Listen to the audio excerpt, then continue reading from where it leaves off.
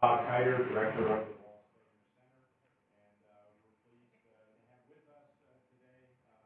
one of our own. More about Emily in just a minute. But a couple quick announcements. First of all, the sign-up sheet is going around. Please sign up and keep you apprised of Stegner Center events and to keep track of attendance for our supporters. Turn cell phones off, please. And let me express our sincere gratitude to the University of Utah Credit Union, which has sponsored this year's Green Bag series. We're very thankful for their assistance. Our speaker today is Emily Lewis. She's currently an associate. Oh, I'm a partner now.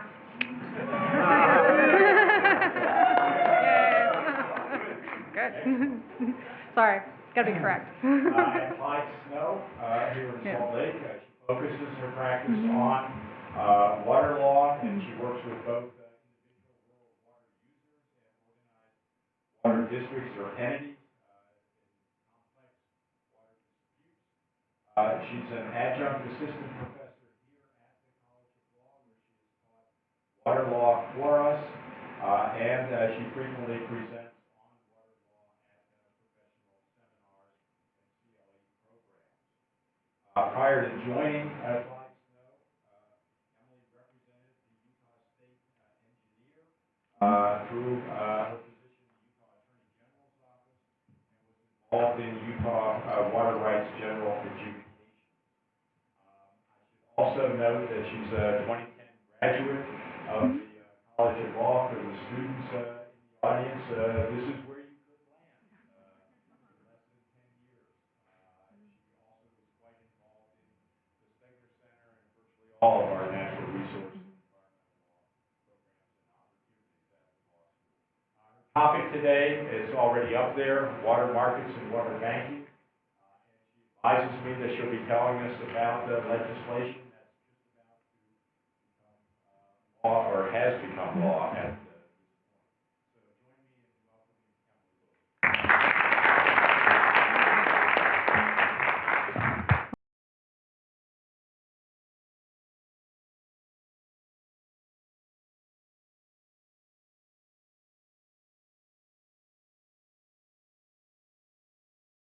Pie, pizza, and small cramped rooms. So, an upgrade. I'm very excited to be here today to talk to you guys about some very interesting and innovative activity we have here in Utah regarding water banking and water markets. This is really intended to be an interactive discussion as well, and so I'm going to leave about a half an hour at the end of our conversation for questions, because typically we've now given, and I'll tell you kind of who the group is, a version of this presentation probably over 50 times in the last 6 months. And so in each one of those presentations, we inevitably have really good questions from the audience, and so I'd like to leave some time for some robust discussion. And if you have anything that comes up kind of while we're going through the presentation, please just raise your hand and we can stop and talk about it. But this is a project that is near and dear to my heart. I have been working on this water banking project for the last 3 years, and we'll kind of talk about how that group came to be. But before we talk about the specifics, it's really important for us to set kind of the need and context for what we're doing here. And so as you may know, Utah is one of the driest states in the country. Who here went to the 2017, I believe, Stegner Center Symposium about water? Okay. That was probably a good indicator. That was a great conference. We talked a lot about upcoming climate variability. We talked a lot about drought. We talked a lot about the changes that are facing water here in the West. And this kind of plays into that very, very well. So who here has seen this slide before? Anybody? Okay. So this is the Chem C. Gardner population projections for the state of Utah. So you'll see, I love a good pointer. Wrong one. So you'll see here that, here we are in 2020. We're sitting at about 3 million people. By 2065, we are expected to cap right around 6 million people. So that's legitimately almost a doubling of our population here in the state of Utah. The majority of that growth is anticipated to be along the Wasatch Front. You can see here Utah County. I've lived here since 2007 when I came here for law school, which seems like a really long time ago, but it isn't in some ways. And just since I've been here, the dramatic change of our landscape has been pretty incredible. And so it's happening in front of us before our eyes. And so what that means for our water is we've got a number of pressures. We've got increased population growth. We've got increased development. We've got increased recreational pursuits. Here in Utah, we have a multi-billion-dollar ski industry with climate variability projections. A lot of the ski resorts are looking to use artificial snow to bolster their early seasons. And so artificial snow takes water. It takes water rights. We have a recreation economy built on a changing source, and so I think that is something that we need to keep into context too when we talk about what our water resources look like in the future. Environmental and water quality concerns, the algae blooms that we've been seeing the last couple of years in Utah Lake, those are extremely harmful and very dangerous to both people but also our water systems. And so water quality is increasingly become a big concern for us. Same thing up in East Canyon. If you guys live up in the Park City area, East Canyon Creek has really suffered from low stream flows for quite some time, which jeopardizes its blue ribbon fishing status. So water quality and water quality concerns are closely linked and becoming another increasing pressure. We also have agricultural production and efficiency. Who here took the Utah survey? It was about 3 or 4 years ago by Envision Utah. They kind of did this big survey about what do we want the state to look like. And so one of the key findings from that study is that Utah really does want to maintain a strong, robust agricultural economy in the state. It's part of our heritage, it's part of our culture, it's part of our literal economy, but that's right now, 80% of the water in Utah is in agriculture, and so how we deal with water in agriculture is going to be a huge issue going forward. And then drought and climate. We've seen here recently kind of the impacts of drought and climate here in the state. Who here remembers 2016, 2017? Remember that winter? Who's a skier? It was like the worst year ever, literally, on record and for skiing. And then 2017, 2018, one of the best years on record. And that is just a great example of not just how climate's going to affect our long-term trends, but climate's also going to affect variability from year to year, which is something that we're going to have to deal with from a water management perspective. So we're facing kind of an increasing number of pressures on our water resources here in the state. What does that mean, though, for future growth? How are we going to get all that water? So like I mentioned, right now, 80% of the water in the state of Utah is held in the agricultural sector. So right now, that's really our bank, so to say, for water for future growth. However, if we only solely rely on that as our main primary source of water for future growth, it has some pretty severe impacts. And so part of the reason for having this water banking discussion is looking to our sister state, Colorado, and kind of seeing what happened there. So Colorado is about 20 years ahead of us in terms of their population boom, and so provides some really good real-time examples of kind of what could potentially happen here in Utah if we don't take some alternative measures. So this is a case study of the Lower Arkansas Valley. And so the Lower Arkansas Valley in Colorado is in Crowley County, Colorado, and we've got Pueblo and Colorado Springs, two growing municipal areas. And then we've got all these kind of like verdant and lush farms that were once along the Arkansas River. And so what you see here in this first little box is kind of right around the town of Pueblo is what we call replacement in place. And so basically what happened here is there were farms at one point in time. As Pueblo developed, those farms were bought. That water was converted to provide water for housing, for condos, for homes, etc. We call this replacement in place. Now, what happens here is that water in this particular circumstance, the economic value of that water actually stays in the local community. The local developers making money, there are people living in those homes who help who support the local economy, and it generally has kind of a neutral impact on the local economy. And that's kind of where Utah is right now. we're kind of in this replacement in place. If you drive around the point of the mountain, you see all those farms that are now turning into big buildings and turning into homes and to accommodate our growth. And so we're kind of in the pink bubble. But what happened in Colorado is as all those farms in the local area began to be bought up, they moved into the red box. And this is what we call buy and dry. Essentially, developers went further up the watershed, bought farms, took them out of production solely for their water, took them out of production and moved their water rights to the local municipality. So this is kind of where we don't really necessarily want to go, but this is kind of right now the the status quo of how water is provided for growing municipal areas. One of the main tools for providing that water. And you can see here in the green box, you know, as all these little red dots, each one of those is an acre of production, get bought up, you see that buy and dry go further and further and further up the watershed. And so in Colorado, they had a huge population growth, 78% growth between 2008 and 2050. So in this area, buy and dry transfers have followed 1/4 of the area's agricultural lands. They moved 10,000 acre feet of water were transferred out of the local community to provide municipal support. And an estimated 50% of the farmland could be fallowed by 2050 to supply urban growth. So this is a pretty significant chunk of water that's being taken out of production.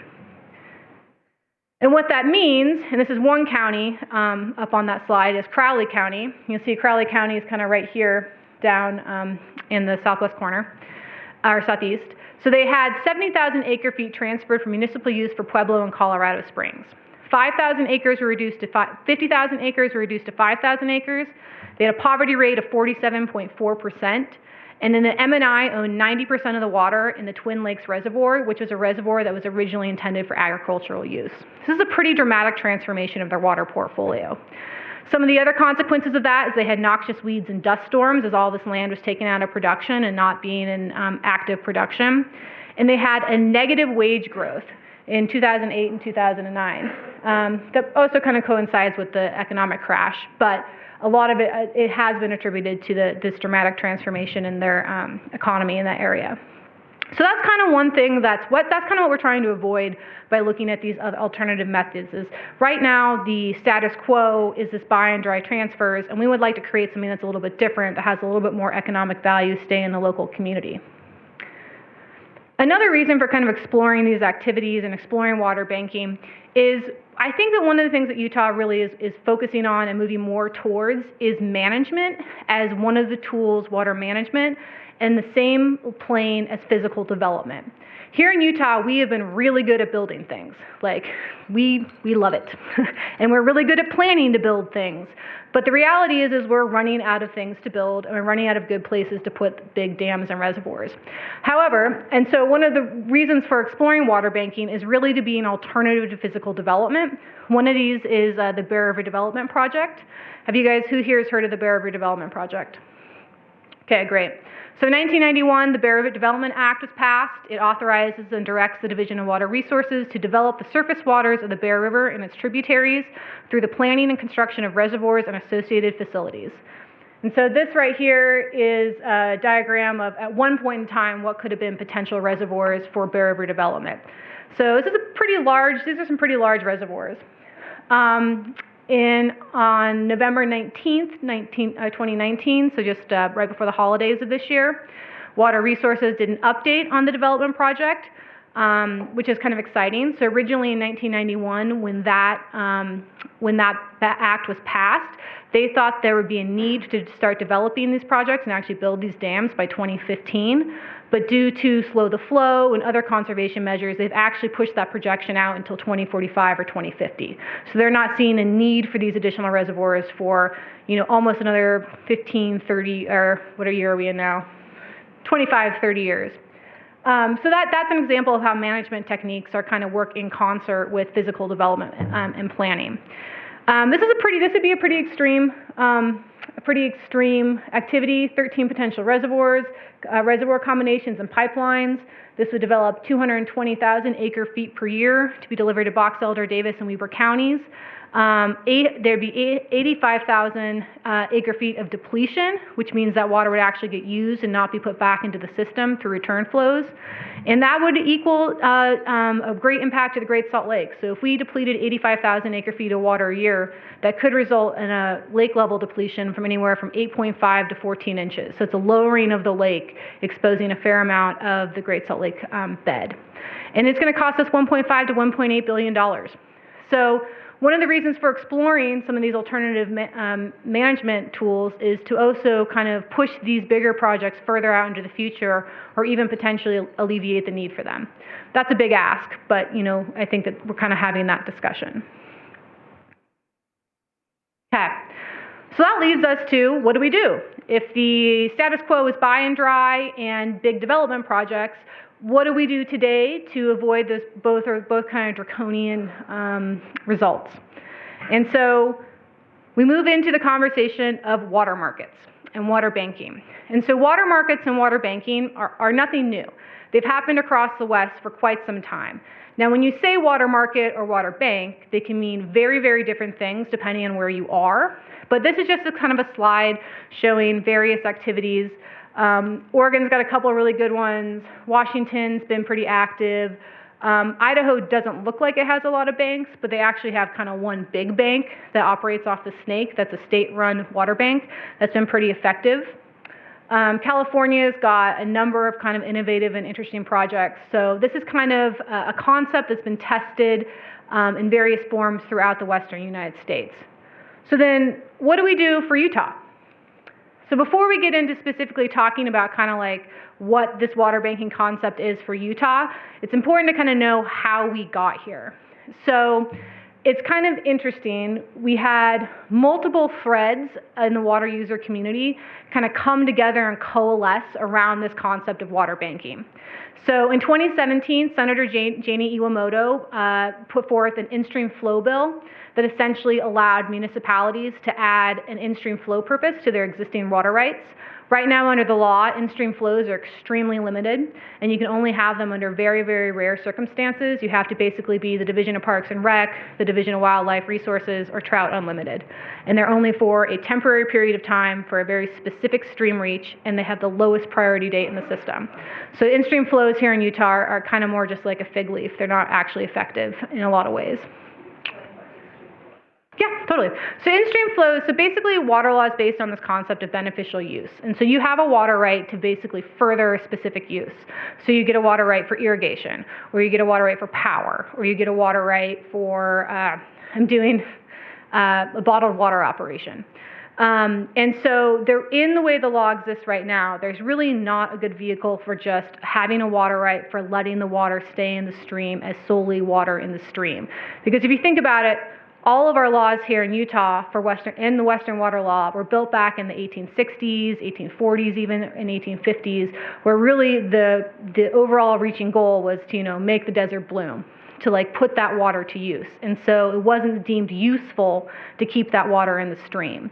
So now that we're in the modern era and we understand the need for having thriving natural habitats, or the need for water quality, this concept of in-stream flows is becoming more prevalent because there's not really a legal foothold to save that water for an in-stream flow. Yeah, totally. That's a great question. If you have questions, let me know. So in 2017, Senator Iwamoto did her in-stream flow bill. The legislature kind of punted, and they said, this is a little too controversial for us. Why don't you make a working group and we can talk about it? So she started an in-stream flow working group. Representative Hawks started an ag optimization working group talking about how we can make ag water use a little more effective and efficient. Central Utah Water Conservancy District was having independent discussions about creating a water bank in their Bonneville unit, which is an area of Central Utah Water Conservancy District is kind of the wholesaler for all the water you see in the big dams. So Jordanelle, Deer Valley, or Deer Creek, all that water kind of comes through Central Utah Water Conservancy District. In 2017, we had a governor's water strategy report that set out kind of like big statewide goals. And so that also identified water banking as a key element to explore. And so what happened is in 2017, we start these water banking working group meetings. All four of those things kind of come together into this large working group of water the water community. And right now the working group has about 70 different stakeholders working on it. So I mean, these are people from large conservancy districts, from municipalities, from conservation groups, from Department of Ag, really a pretty wide and diverse group of water users working together. And so from that, in 2017, we worked for 2 years. Last year in 2019, we brought a joint resolution before, Senate Joint Resolution 1 before the legislature that just said, hey legislature, we're exploring this idea of water banking. We don't know what it is yet, but we think it's a good idea. And so please endorse it. And they did. They said, okay, working group, keep going. You're doing, come back to us next year with actual legislation. In 2019, we also got a $400,000 one-time state appropriation to explore this concept, so we got some money behind it. In 2020, we applied in 2019, but received the money in 2020. We received an additional $400,000 of money to explore this concept, so we have about $800,000 behind us, and I'll talk about how that's going to be applied shortly. And then in 2020, we brought back SB 26 water banking amendments, which essentially is the legislation that kind of sets up the Utah water banking concept. And so that's kind of where I want to talk about now. So through that working group, Utah's unique. Who here loves working in Utah? All kinds of people, which is good. Many different opinions, which is awesome. And so for our working group, we said, how are we going to appease this extremely wide and diverse group of stakeholders? I mean, we're talking about, TNC sitting next to Emery County Water Conservancy District. These are, traditionally diametrically opposed people about water. And the group came together, had some really constructive discussions and said, okay, whatever we do, the banking has to be voluntary, meaning that, it can't be a statewide implemented program.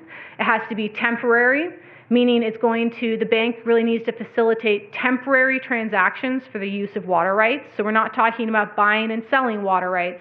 We're talking about leasing water rights, because the purpose for that is that we wanted the economic value to come from the use of water to stay with the owner of the water right. And so these banks had to facilitate temporary transactions. And then most importantly, local. These banks are going to be local banks, in a way kind of hyper-local banks.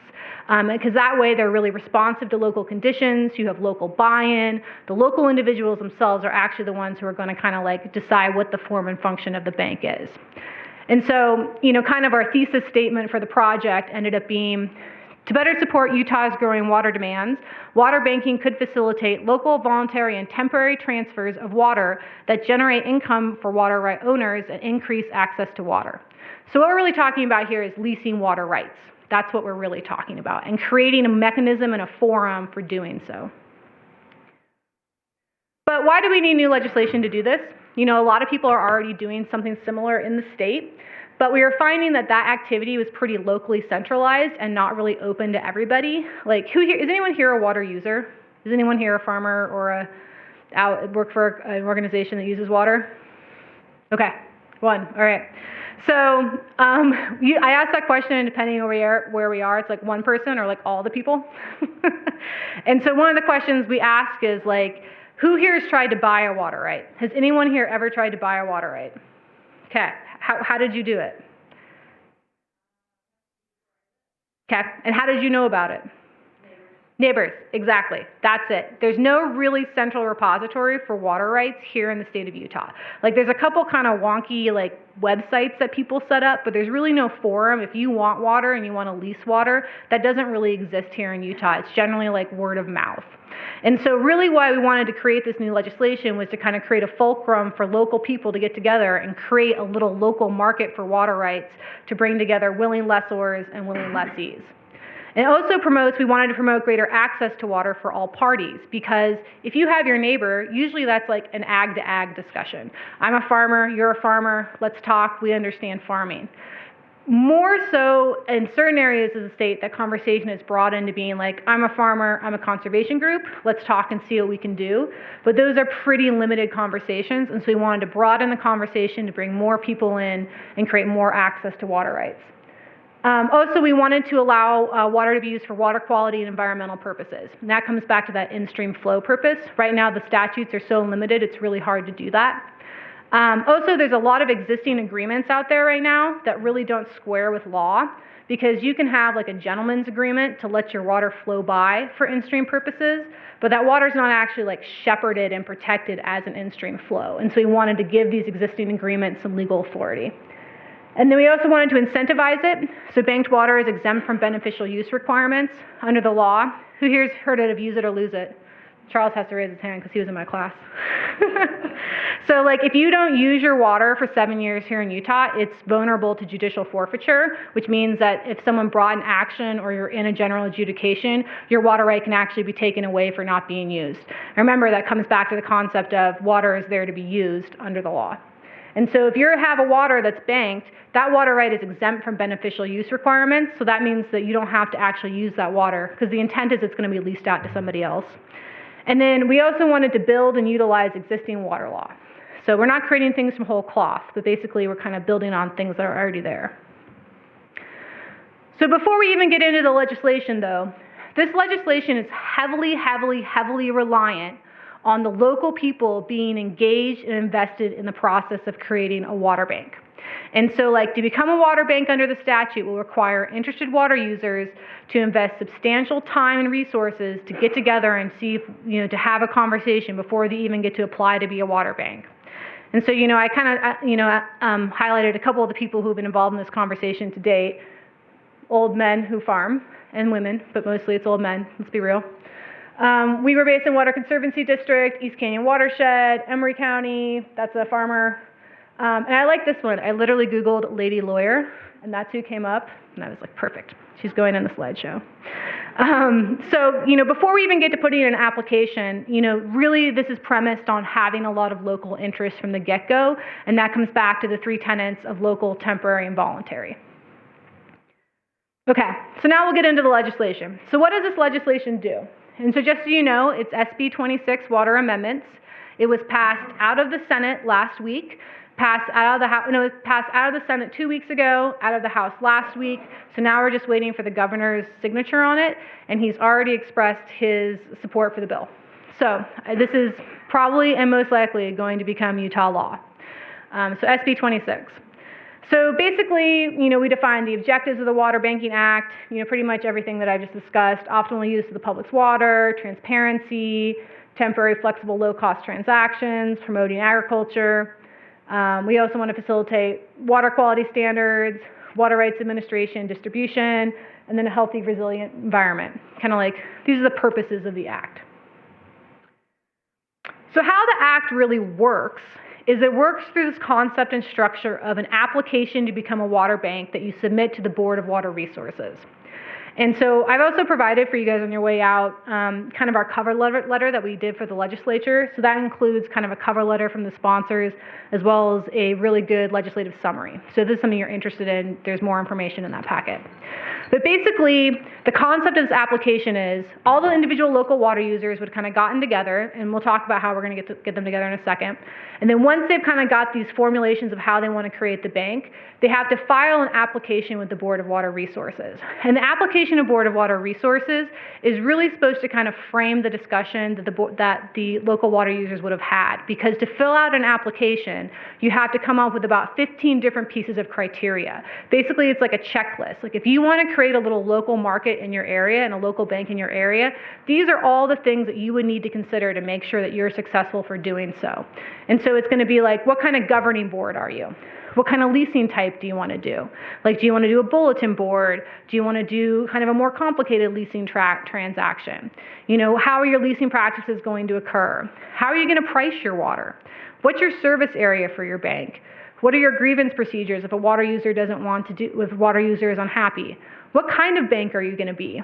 We actually have 2 kinds of banks under statute. A statutory bank, which is intended to be like a little nonprofit. We think most of them are going to be kind of nonprofit corporations, similar to irrigation companies. Or a contract bank, which is really going to be, we anticipate that being public water suppliers who already have contracts, and it just kind of allows them to get some of the protections that the banking statute gives. And then, most importantly, how are you going to coordinate with the state engineer? So to be able to fill out this application really necessitates a lot of really kind of good pre-work from the local water users. And once you have the application approved, we'll go back over. So you submit your application, the Board of Water Resources looks at it. It's just a completeness review. There's a public meeting so that people who are in the local area can come back and give some comment on the water bank. And then if this Board of Water Resources determines that the application is complete and you've met all those 15 check marks, they don't do a substantive review. They just make sure you've completed all the check marks. Then they approve your application and you can kind of move on to operating your water bank. And so to operate your water bank, you use the regular change application procedure. So if you want to move a water right into a water bank, you have to file a change application. And the goal is to do a one-time change application. So instead of having right now, oftentimes it requires water users multiple change applications to kind of get to where they want to go. The goal here is to say, if you want to put a water right in a water bank, you do a one-time change application, and the state engineer reviews your water right. They look for the traditional criteria for a change application, which they vet the validity, they address impairment to other water users, but then they also set the terms and conditions for how that water right can be used in the service area. And so it's really our intention that service area is going to be designed pretty hand in hand with the state engineer, because the state engineer already has existing distribution models that will kind of make sure that this service area you propose can actually happen. And then distribution, you coordinate with the local state engineer about how you're going to move your water. You distribute and shepherd the water according to priority and calls. And then you have to do whatever internal bank policies you've said that you're going to do for under the application. So kind of, how is your leasing going? How are your people getting paid? Are they happy? Are your water users happy? Et cetera. And so then once you're kind of working, once the bank's operating, there are annual reporting requirements. So the banks have an annual reporting requirement to the Board of Water Resources. The Board of Water Resources has an annual reporting requirement to the Interim Natural Resources Committee. At the end of our the first 3 years, we have a water smart water marketing strategy report due. And then there'll be continued assessment and tweaking as we go. And then there's a 10-year sunset on this legislation. So it's really intended to kind of be a pilot project. Whether or not we continue after that 10-year period will just really depend on how successful we are with the banks. So this is kind of a graphic.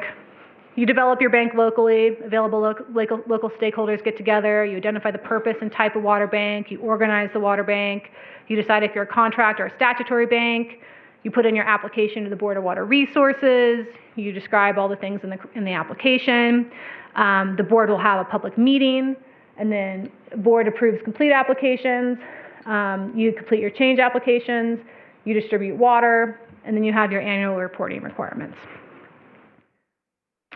So that's a lot. and we've actually given this presentation. We did a pretty big roadshow this presentation, and we went to over 50 different places. So we went to Emory County and Paiute County and Washington County. We went all over the state to different water groups. And usually at this point in the conversation, people are like, okay, that sounds like a lot of work. And we're like, yeah, it probably will be a lot of work, but the benefits might be really good. And so to kind of actually get the ball rolling on this is we're going to take that $800,000 pot of money, and we've chosen 3 pilot project areas that we're going to get going first. Now the statute is statewide and applicable now, so if somebody wants to do a water bank, they can, but we're going to apply our resources and funds to kind of getting 3 water banks off the ground first. And so the $800,000 is going to go to fund a project manager, is going to go to work with local water users on the bank application, and it's going to support and assist the creation of local water banks. In the 3 areas we chose because those individual water users came to the working group and said, please put a bank in our area first. And so those are the Cache Valley area, the Snyderville Basin, and the Price area. So 3 very different parts of the state. And so we'll kind of see how it works. Yeah?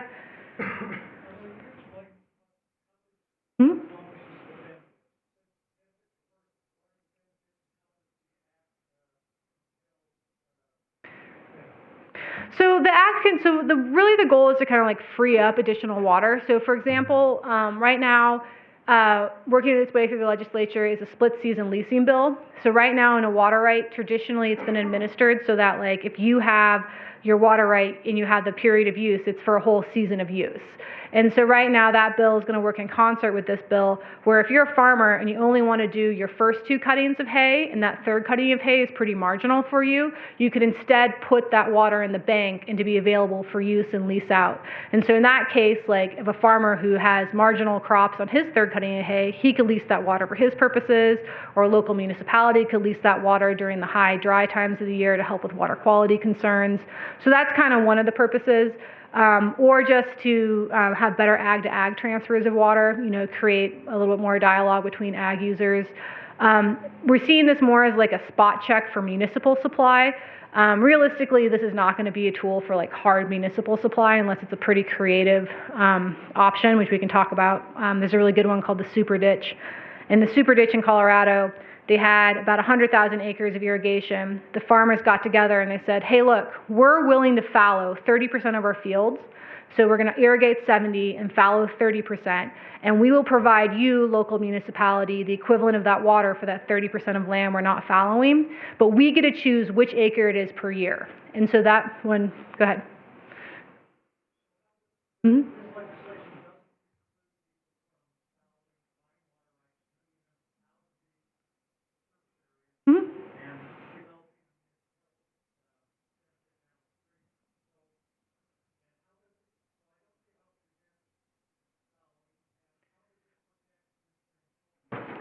Well, one, there's a legal protection for in-stream flows that doesn't exist now. And so like if you have a water right and it's approved to be in a bank, it's approved for the use of in-stream flows. And so then if you want to lease out that water for in-stream flow purposes, that's a designated use under the law that currently doesn't exist now. In terms of fallowing, fallowing is good and bad. I mean, fallowing, it depends on what you're doing. Fallowing can provide that instead of having that water be used and you fallow your land, that water can be used instead of on agriculture, used for a different purpose. There are creative things like the super ditch where people fallowed their land and provided a hard supply of municipal water for municipalities. And there's just the benefit of kind of like having more discussion about what our water's doing. Because there's a lot of water out there that's just like sitting in non-use applications or is being really used inefficiently. But if it has a price marker on it, that really gets people to talk and use it a little bit more carefully. Yeah.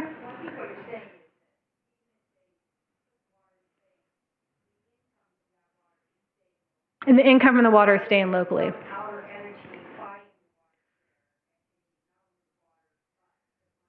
Yeah, it kind of is. I mean, it's not going to get rid of buy and dry. Like buy and dry is still going to occur. Lehigh is not going to exist one day. I mean, let's it's just going to exist in a very different form, And so buy and dry is still going to occur. But this is really an opportunity to kind of like slow that process and to have, because I think there are a lot of people in agriculture who want to remain in agriculture and would like an income stream to do so.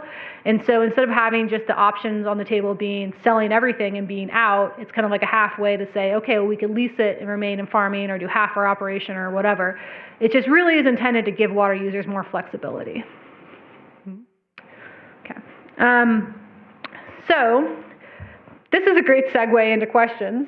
So I was going to show you real quickly kind of one of the examples, but I need to get out of the PowerPoint first. So just so you guys know, we do have a really good website called utahwaterbank.org. It has all of the legislation on it. It has our summaries on it. It has all of our group meetings and notes. And so if you want to go to that website for more information, please do. And then we also have a survey because we're trying to get more information back from water users. And so if you want to do a survey, that would be awesome. Kind of give us your feedback and interest in the project. And so those are kind of my two public statements, but I'll leave that back up here. But this is really intended now to ask questions about the process. So if you guys have questions, Steve has already started the grilling. Yeah, go ahead. Well, I'm just so curious about about the benefit of the conversation. Mm-hmm. Yeah. What does that look like so far? Yes, I would love to do that. So here's what I wanted to show you guys, and this is unfortunately not my computer. It's the nice person Sam's computer, and so I'm not as good at working this. But so what I want to show you right here is, for example, the reason we chose the Cache Valley is because the Cache Valley Water Conservancy District, which is newly created, wanted us to come up. So they're a conservancy district that's charged with providing water for that area for the next 50 years. And they're an entity that owns no water rights. And so they're like, please help us figure out to have a bank in our area. And so in that area, in Cache Valley, if I can sneak in here, I tried to be a little more interactive. My PowerPoints typically have a lot more maps and stuff on them, but this is a group communal PowerPoint. I just want to show you real quickly. Who here is familiar with the state engineer's website? Okay, all of you guys should get on there. It's pretty amazing. So we're moving up. There's Brigham City. Okay, there's Hiram. There's Logan. Okay, so here we got Cache Valley. So Cache Valley, I want to say, has 140 different irrigation companies, like a huge amount of irrigation companies. And so what this conversation is doing is it's right now, if you're a shareholder in one of those irrigation companies, your little tiny irrigation company might have like a lease pool, but you don't have access to the lease pool of the other 139 irrigation companies. So this conversation is really thinking about how are these guys going to actually work a little closer together. So what I'm doing is I'm adding a new layer onto the GIS system. And so this is all the canals in Cache Valley. And so this will kind of give you an idea. These are all the mapped canals. And so, kind of see how it goes. You can kind of see there's already a ton of distribution system already built into this area. And so the question is like, can we get this to work a little more effectively? Instead of having 140 independent systems, is there a way that we can have these talk together? Or maybe they just need one head gate to connect two systems.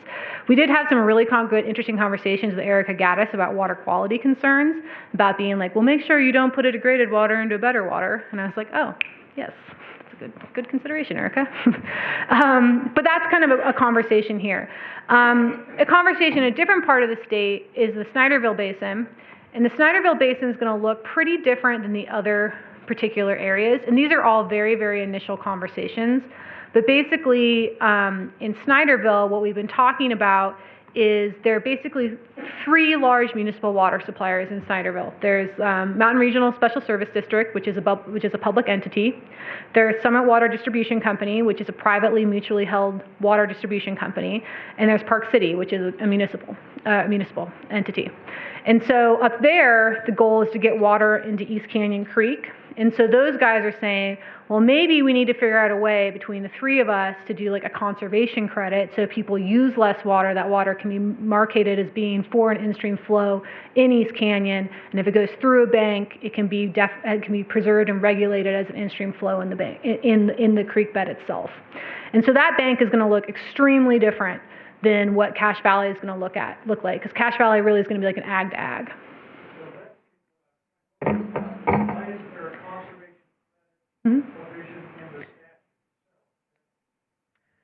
Steve, that doesn't fit with our local, temporary, and voluntary aspects. The goal is to have the local people figure out what works best for them. We already have pretty stringent conservation goals for the state, and we just came out with new conservation goals at the end of last year. So this also works in concert with other existing state policies and programs. It's just kind of like one more tool on the docket. But, so anyway, I was going to show you Price. So East Canyon is going to look very different than what Price would look like. In Price, that's even a different conversation, because Pacificor owns a reservoir, and so there's actually physical storage. Most of these water right banks are realistically going to be like an orchestration of delivery and distribution, whereas in the Price area, they actually have physical storage to help them kind of do a bank. And so that area is going to look completely different than like what our area is going to look like. We've had a couple conversations with other groups. For example, Welby Jacob Irrigation Company. Anyone know Welby Jacob? So back in the day, the Salt Lake Valley was full of canals and irrigation and fields. Not so much anymore. So Welby Jacob is an irrigation company that sits on the Utah County Salt Lake County line. So some of the most developing areas in the state. And so they had the problem where their shareholders are selling their land to develop it, but then have excess shares. So they physically don't have the land to use all of their water. I don't represent them. I don't know if that's a true statement. That's what I understand the case to be.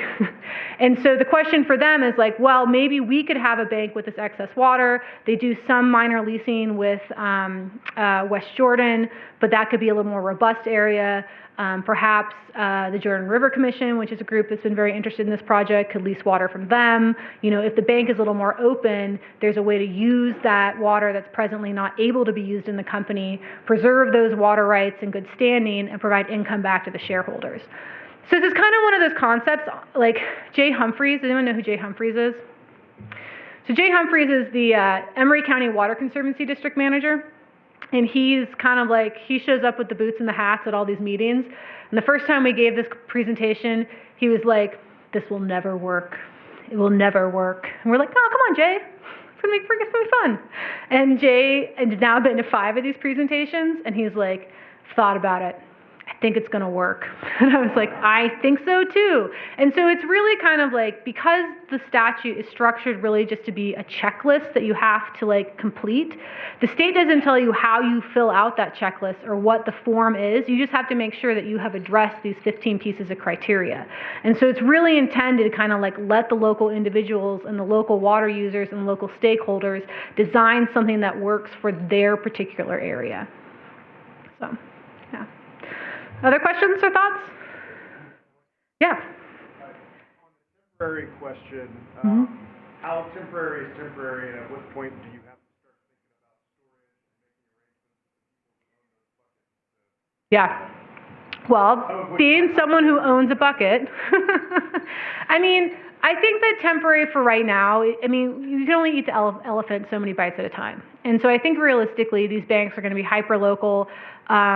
In full disclosure, I'm applying to be the project manager, and we put in our proposal. It's with the Division of Water Resources right now through their RFP process.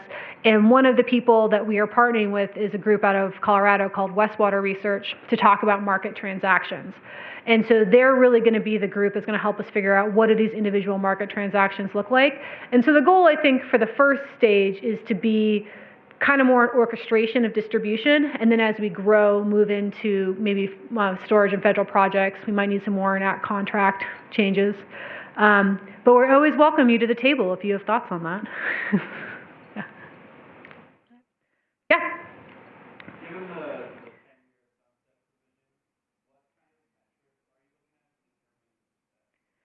That's a great question. So hopefully we'll be so successful that no one will think about sunsetting this thing. But realistically, I think that we could be considered, and this is one of the things we actually put in the proposal. Like, I think this will be a successful project if, for the 3 demonstration projects, even if one of our banks fails and we don't get a bank set up. Because what it's doing is it's having that conversation occur. And so for the metrics, for me, for the specifics of the bank, I would like to see 3 or 4 banks up and running and having actual transactions by the 10-year point, if not more. We have more interest than we have resources to help those banks besides those 3 to develop. But there's a lot of really creative and innovative people out here who might come up with something that is fantastic that's outside those 3 demonstration projects. We do want to make sure, though, that like we don't want too many failures at the beginning, because we want people to see this as a success. But I think if we have a couple banks running and actually delivering water by the end of the 10-year period, or we facilitated a bunch of other market transactions, like let's say the local water users got together and they thought, you know what, it is super onerous to make a nonprofit. We don't have the interest in doing this, but these 3 water users really want to enter a lease agreement.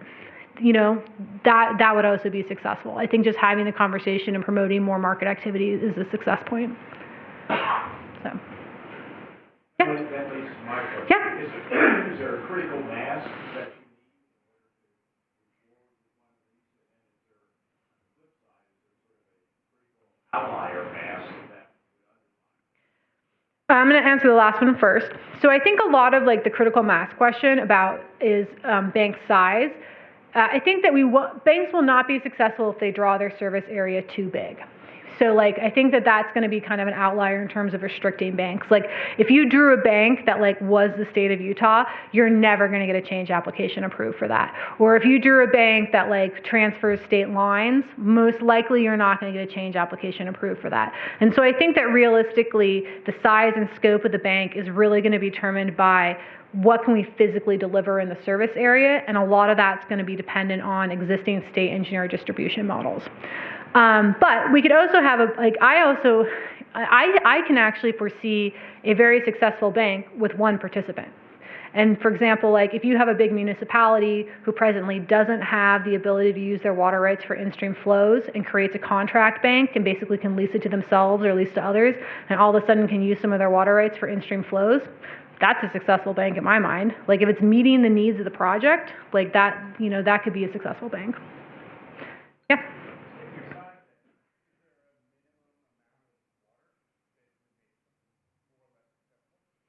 Well, I mean, and this is kind of how the role of the state engineer in these banks is critical. And so already the state engineer delivers water based on priority dates, based on amounts, based on users, based on points of diversion in the stream reach that kind of already dictates some of those things. And so if all of a sudden, and then if we start working in canal companies, canals have a physical volume limitation. And so we're not going to be able to, even though we might get through the change application stage to like get a water right approved in the bank, to actually do what we're calling a delivery request will require a hydrologic analysis of whether or not that water could physically be moved in that capacity. And what we're hoping to do, or kind of my thoughts on it is that at the very beginning when we create the service area for the bank, we kind of work hand in hand with the state engineer's distribution staff and basically like create a map or a key. And we're like, okay, in this stream reach, water can move from here to B, A to B pretty easily. In this stream reach, here are the limitations on this stream reach B. Here are the limitations on stream reach C. And then when you have a change application, the conditions will say, this water right can be used in stream reach B and stream reach C, but not stream reach B. And my goal is through this process is to work, we actually are partnering with a tech company to help kind of write a program that automates these things. So the goal is to hopefully by the time these 3 years pilot project is out, is to also have some supporting technology to kind of spit out some of these kind of more technical questions. We'll see, but yeah. Was there any opposition in the legislature or key concerns that you want to think about before the sunset date to kind of anticipate and answer? Yeah, and I think this speaks to how constructive it is to have a large group of people in your conversation. Because we were like hunky-dory going along, and then one person comes up and they say, well, I don't want people to condemn my water right. And then there were like 3 or 4 pretty smart water attorneys in the room, and we were like, can you condemn a water right? Can you? I don't know. And so then we did all this research. You can condemn a water right. You have to pay fair market value. And so then we had all these meetings with the Utah League of Cities and Towns, and we added a provision saying you can't condemn it for 5 years afterwards. So that was one of the biggest barriers we had. We had a lot of people come up and say, this will never work where I live. And we're like, and it might not work where you live. You know, Sevier County is a great example of that. They have what they call direct flow rights that are heavily dependent on return flow. And so if a water user up top is using that water, that return flow might not get down to the bottom of the system. And so those guys have essentially been using free water as junior water users. And so this system is intended to keep the prior appropriation structure intact. And so for those states, those areas, they may not really want a bank. And so our solution to them was, it's voluntary. You don't have to do this if you don't want to do it. But yeah, those are some key ones. So, okay. And there's one other hand up. Yeah. In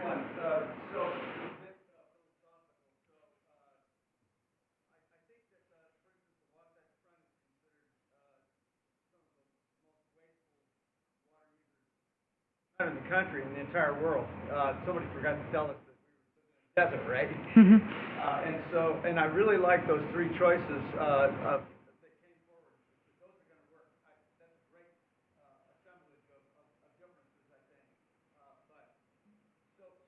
Salt Lake Valley and Provo and Ogden, you know, will that work for those communities that already exist? And you gave the example of the canal company, you know, the southern part of the county. But do you think that banking might work also in It might. We're trying to grow Kentucky bluegrass that belongs in Right. Kentucky.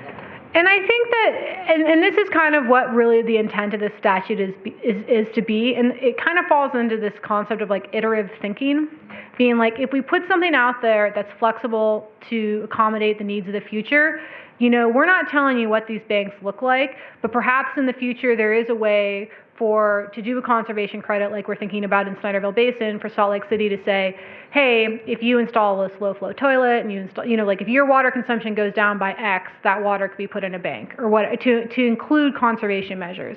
And so we don't want to bite off more than we can chew to start, but I see conservation playing a big role in this in the future, especially in ag conservation. If there are ways to really kind of like both measure and move conserved ag water, that would be a huge benefit. Mm-hmm. Okay.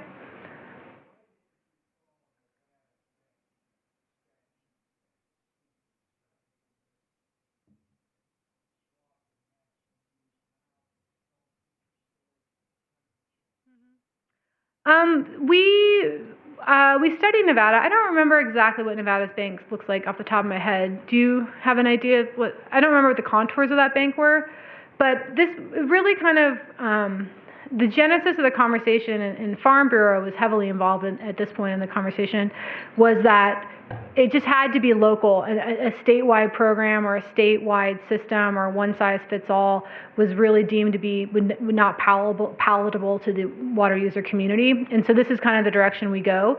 That being said, you know, I haven't looked at Nevada in a while, but if that's a structure that might work for a local area, you know, they could adopt that there.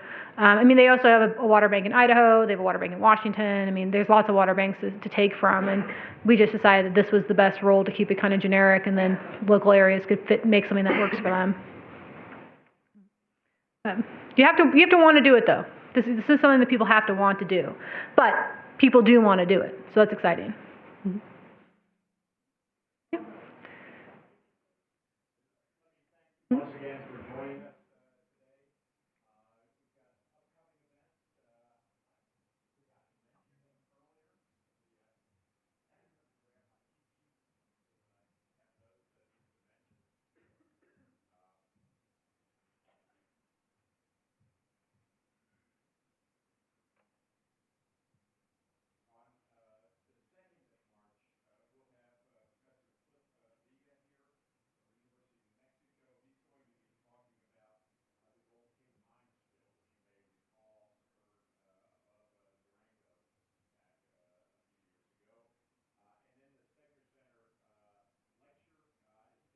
Wednesday, March 18th, on the topic, Eating Our Way Through the Anthropocene.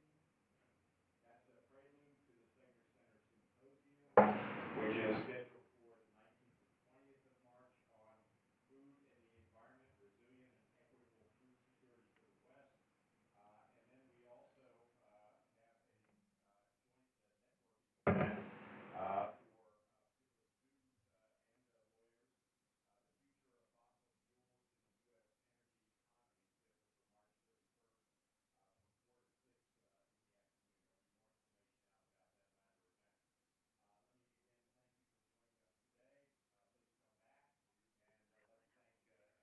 I have an announcement first, though.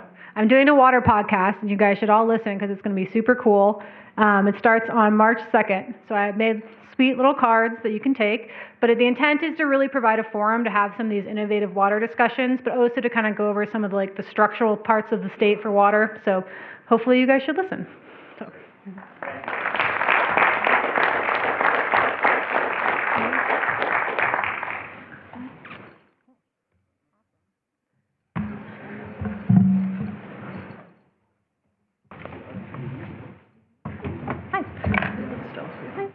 Here. Oh, exciting. So you are an